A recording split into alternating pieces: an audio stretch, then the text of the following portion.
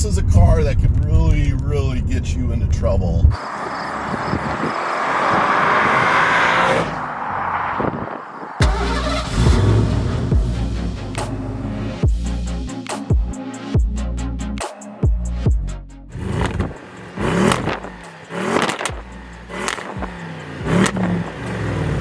Hey everyone, Nate Martin with Auto Life 360 Motor Reviews back at ya. Today we're talking about a 2015 Audi RS7. I want to give a shout out to Clement Olympic Motors up in Florissant, Missouri.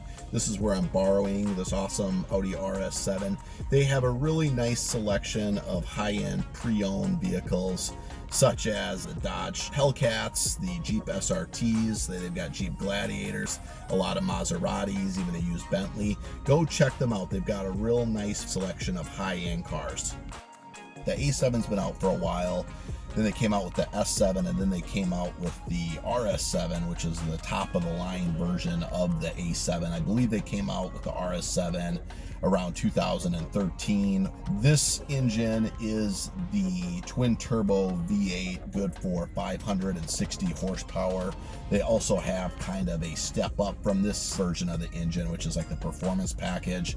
However, if you know anything about German numbers, the Germans are very, very conservative. I know a lot of people claim that this vehicle is already pushing 600 horsepower right out of the gate, just the base version.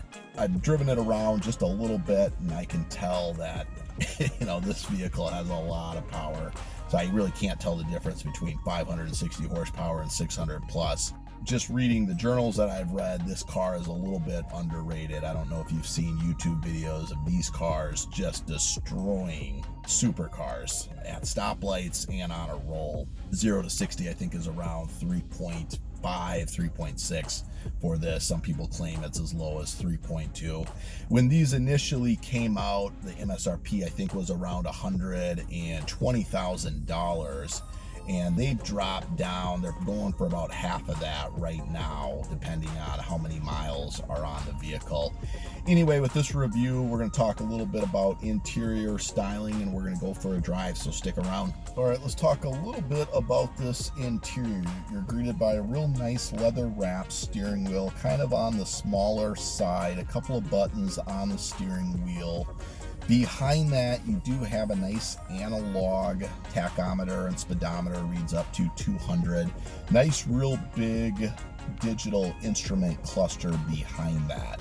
The infotainment screen is actually hidden initially, so you have to turn the car on and the screen pops out, which I thought is kind of interesting. Some people may care for that, other people may not care for that. The seats are very, very comfortable. It's got a nice quilted leather. Overall, the cabin feels fairly snug, and that's typically kind of a universal German thing.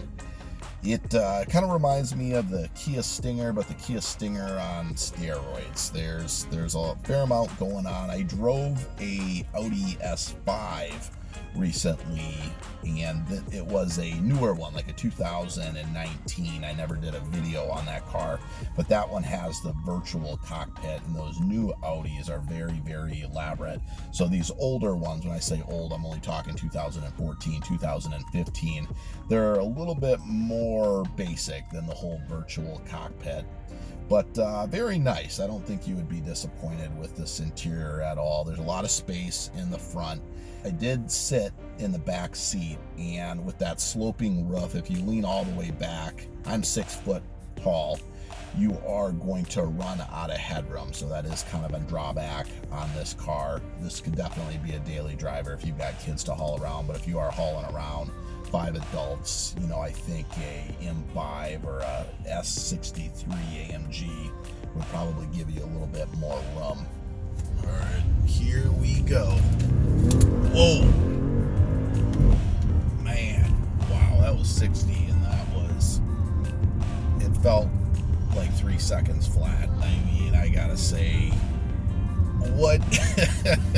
what catches you off guard is the size of this vehicle and the speed. Most people are not used to being in a car this size that moves that quick. I mean, it's incredibly quick. A vehicle, I mean, this is a heavyweight. This is a big girl. This is like the Hellcat. I think 4,400, 4,500 pounds. But the steering is not like a Hellcat. This is a sharp steering vehicle with the air suspension it has. Approaching a stoplight here. You know, it's all-wheel drive, so it just gets off the line like none other. Here we go. I'm gonna do another pull. Here we go. I can't even talk. Yeah, when this thing's ripping, I mean, you can't. It puts you in the back of your seat, and you are holding on. I mean, there's no other way to put it. This is a fast car. No, you run into one of these at a stoplight, you do not want to race it. This thing will leave you for dead. I don't care what you're in. You better be in a Nissan GTR or a Lamborghini Huracan. Anything else, anything rear-wheel drive, with the exception of like a mid-engine Corvette, I mean, you're dead. This thing is gonna troll you bad.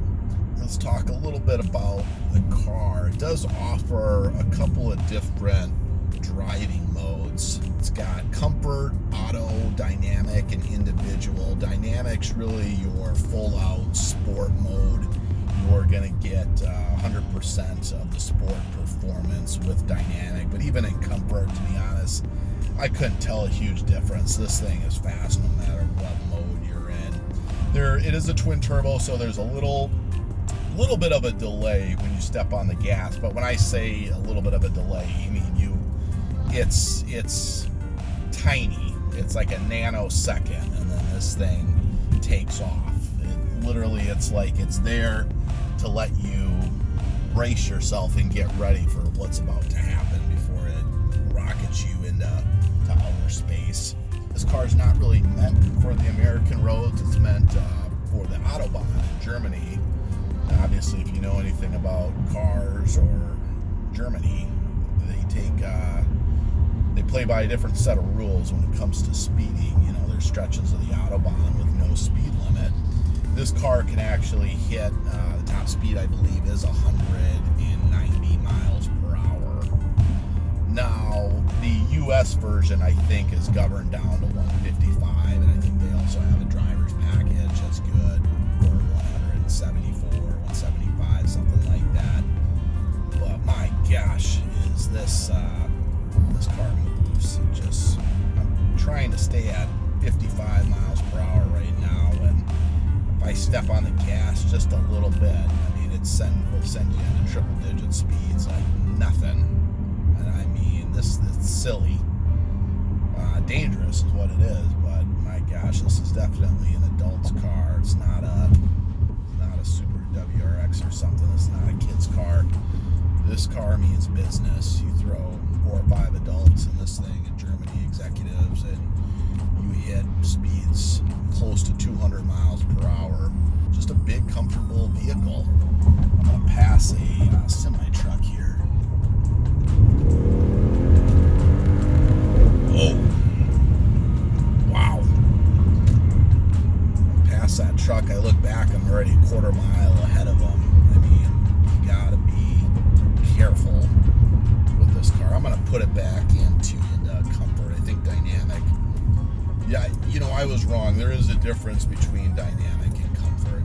The responsiveness, dynamic is a quicker response. I'm gonna go back to comfort. It is all-wheel drive. The tires that come on it, I believe, are summer tires, so if you are going to drive this vehicle year-round, you may want to consider putting a different wheel and tire option on it. Anyway, that just about does it for this review.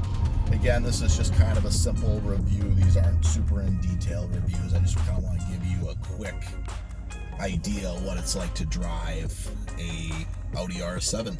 So anyway, let me know what you think, and I will see you next video. Thanks for watching.